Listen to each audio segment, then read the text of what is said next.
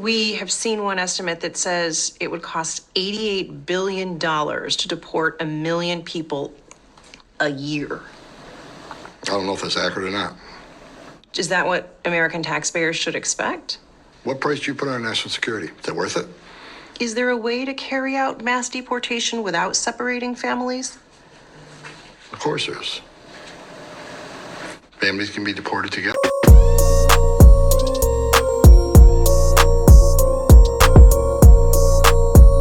Welcome back, you guys. Today we have an interesting video for you guys, but before we go ahead and get into the video, hit that like button and that subscribe button. Trump finally promotes his new border czar, Tom Homan. He has been an official over the immigration system for a very, very long time. He's a veteran in the game. Some may call him an immigration hawk because of how serious and bold he is about illegal immigration and how it affects our country. Let's go ahead and see what his plan is regarding illegal immigration and how he plans to decrease the percentage of illegal immigrants that are crossing the border each and every day. Has seen what I've seen in my 34-year career.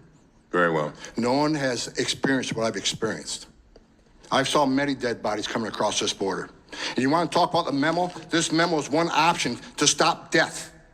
Not just about enforcing the law, stop death. If you want to legalize illegal immigration, good luck with that, because it's going to get a hell of a lot worse on that border. If you say, well, okay, from now on, there will be no consequence, no deterrence. It's not illegal to come to this country illegally. More families would come. 31% women would be raped. More children would die. We're a nation of laws. If you don't like it, sir, change it. You're the legislator. I'm the executive branch. And I've served my country honorably for 34 years. And I will not sit here and have anybody say that I don't care about children because you're not the same color as my children. Thank you very much. Dates back to April 23rd of 2018, where there was an official recommendation to, quote, "person of all amenable adults who cross our border, quote, illegally," even though this applied to legal asylum seekers in practice, including those presenting with a family unit between ports of entry in coordination with DOJ. Here is the memo that I would like to submit to the congressional record. What is the date on that? It is the memorandum for the Secretary from Homeland Security. Date. April 23rd, 2018, subject increasing prosecutions of immigration violations. Without objection. And so I looked at this memo, and it seems like this is the source of it. And it seems as though, Mr. Homan, that you are the author. It says here from yourself, Kevin Michalinen, and Francis Cisna. Is this correct? Did you sign the memo? I'd have to see what you... Give her I'd be happy to provide it. He like, can you bring it here so I can see what it is? And we'll provide it over. But I would like to note that here it says the official recommendation. There were 3 different options presented. The third included the option for family separation. This initiative would pursue prosecution of all amenable adults, including those presenting with a family unit. Mr. Homan, your name is on this. Is this correct? Yes, I signed that memo. So you are the author of the family separation policy? I am not the author of this memo. You're not the author, but you signed the memo? Yes, a zero tolerance memo. So you provided the official recommendation to Secretary Nielsen on for the United States to pursue family separation? I gave Secretary Nielsen numerous recommendations on how to secure the border and save lives. But it says here that you gave her numerous options, but the recommendation was option 3, family separation. What I'm saying, this is not the only paper where we've given the Secretary numerous options to secure the border and save lives. And so the recommendation, of the many that you recommended family separation. I recommended zero tolerance. Which includes family separation. The same as is with every U.S. citizen parent gets arrested when they're with a child.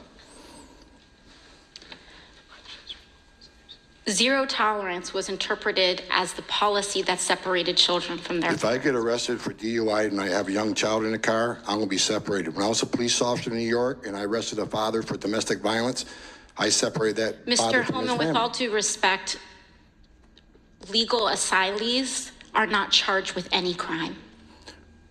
When you're into the country illegally, it's violation 8 United States Code 1325. Seeking asylum is legal. If you want to seek asylum and go through the port of entry, do it the legal way.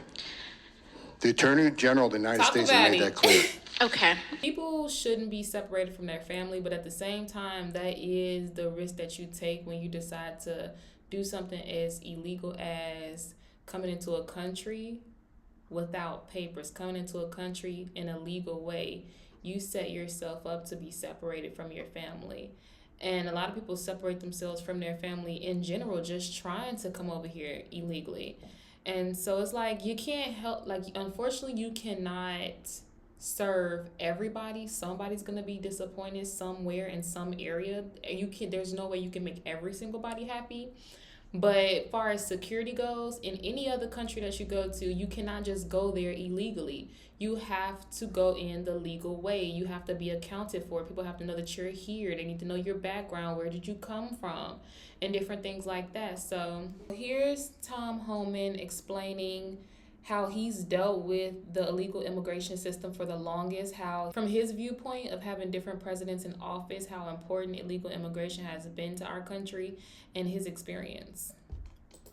Hey, look, they gave me 5 minutes to say a few things, so if I offend anybody tonight, I don't give a shit.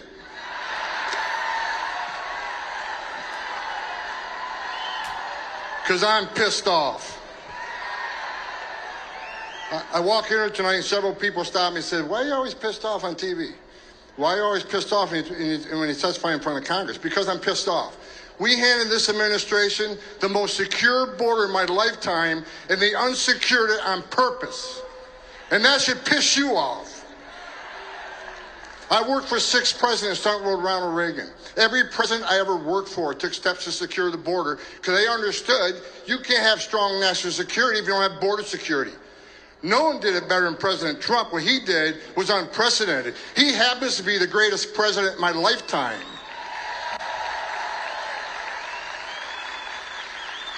Okay. People say our policies were inhumane and cruel. Let me tell you something. Doctors Without Borders did a study that said 31% of women that make that journey through the cartels get sexually assaulted. So let me ask you a question. When President Trump had illegal immigration at a 45-year low, 90% decrease. How many women weren't being raped? How many children weren't drowning in the river? How many pounds of fentanyl didn't make in this country to kill Americans? How many known suspected terrorists didn't make it in the country? How many billions of dollars did the cartels make? President Trump is one badass president. He secured the border at the level we've never seen before.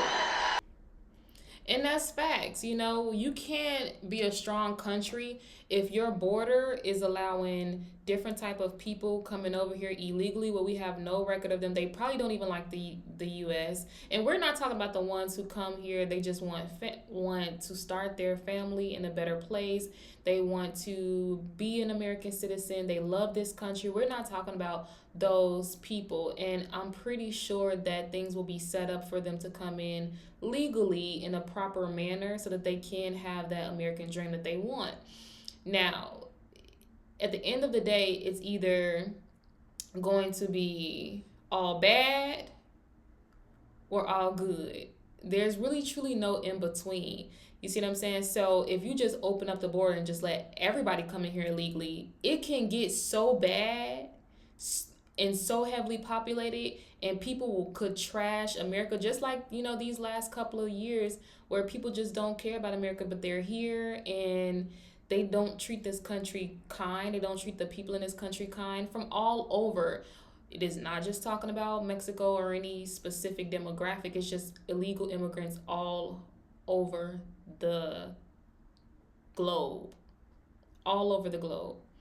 So other than that, let's go ahead and see what the ladies on The View have to say, because you know they got to give their commentary on this situation. Now, the former head of ICE, Tom Homan, has just been picked as border czar for the upcoming administration, and he recently went on 60 Minutes to justify the price that migrants and Americans will pay for his plan. Take a look. We have seen one estimate that says it would cost $88 billion to deport 1 million people a year. I don't know if that's accurate or not. Is that what American taxpayers should expect? What price do you put on national security? Is that worth it? Is there a way to carry out mass deportation without separating families? Of course there is. Families can be deported together. I don't care what anybody's opinion is on illegal immigration. When you create a crisis this big, all these other bad things happen. That's why we have to secure the border. I don't care if you're a Republican, a Democrat, or independent. Border security is national security.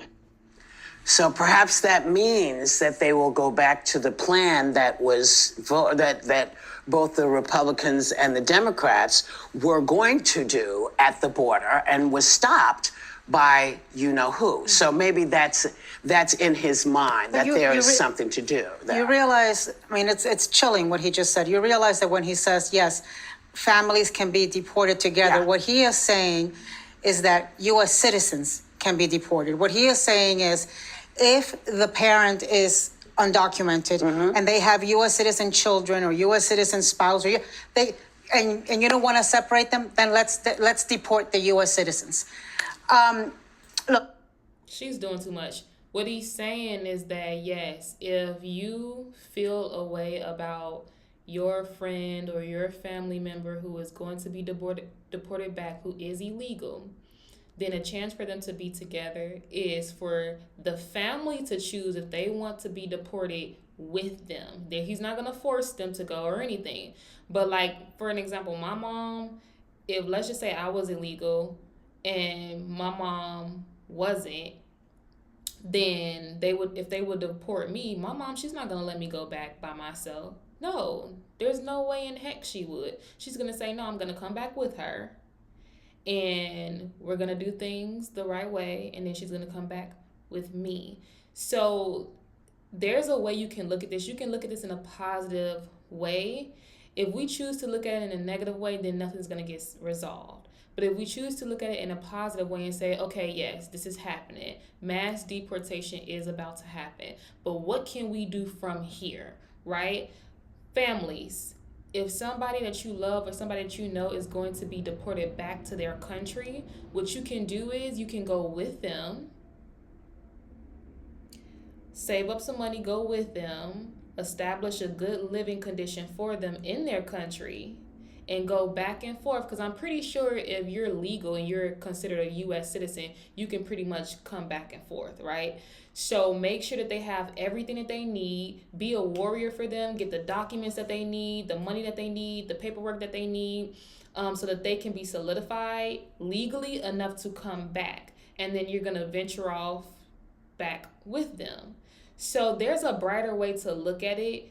And that would say to look at the solution and not the problem. Because if you continue to look at the problem, you'll never, ever get to where you want to be. And you'll never progress. But if you look at the issue is immigration. And you say, okay, well, this is the solution that the country has come up with for illegal immigration. This is what my solution is going to be if my loved one is deported back.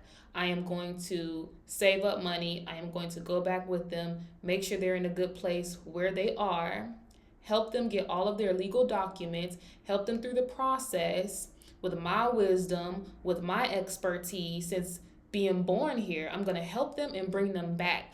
We can have a positive outlook on that, and then that's what's going to help progress you and progress your family when it comes to illegal immigration and how to get them back into the country.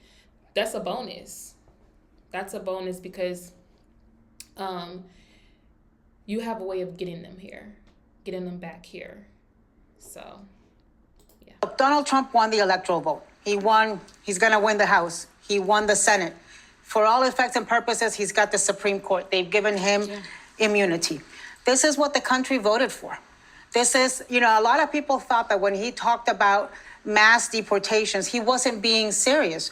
I don't know how many times he had to say it for people to realize he was being serious. Well, if you thought he wasn't being serious, the appointment of Tom Homan today as border czar, and he will be in charge of a mass deportation program, the largest the country has ever seen, they say. And now Stephen Miller, as deputy chief of staff, should let you know that he was absolutely serious. And when you talk about mass deportations, people think, oh, it's just going to be the criminals. There's not enough criminals, aliens in the federal prison system for it to be mass deportations. What it means is grandmothers. What it means is brothers and aunts. Yep. What it means is abuelos y abuelas. It means dreamers. It means your family members. It means your colleagues. It means your friends. It means people who are part of the society. And look, America, you know, those of you who voted for Trump, this is what you wanted. This is what you voted for. You screwed around and you're about to find out. Yeah, I mean, I echo all of that, right? I mean, we get the government. Yeah, that's literally what we wanted. We wanted people to come in legally. It is not the United States of America fault that people came in illegally, knowing that the risk of them coming in illegally was getting deported back. Any country is like that. You can't just waltz into somebody's home and then not expect to be deported back. So yes, that is what we wanted. Is it unfortunate that people have to be separated from their families? Yes, but we didn't cause that. The people who decided to come over the border, anybody, it don't matter where you came from, anybody who decided to come over illegally, that is what they signed up for, knowing. And you know, it's sad because I don't even want to say it like that. I don't even want to say that that's what they signed up for, because a lot of people come over here and they sign up for a better life and then they get molested and they get hurt and they get abused and they get trafficked in between. What legal immigration is going to do is make sure that that doesn't happen. Make sure that they come in the correct way, well taken care of with their correct handlers, and making sure they get established appropriately and safely in America. Now let's see what Sonny got to say, because you know her screws is loose. That we vote for as a country, and the majority of the country apparently voted for this.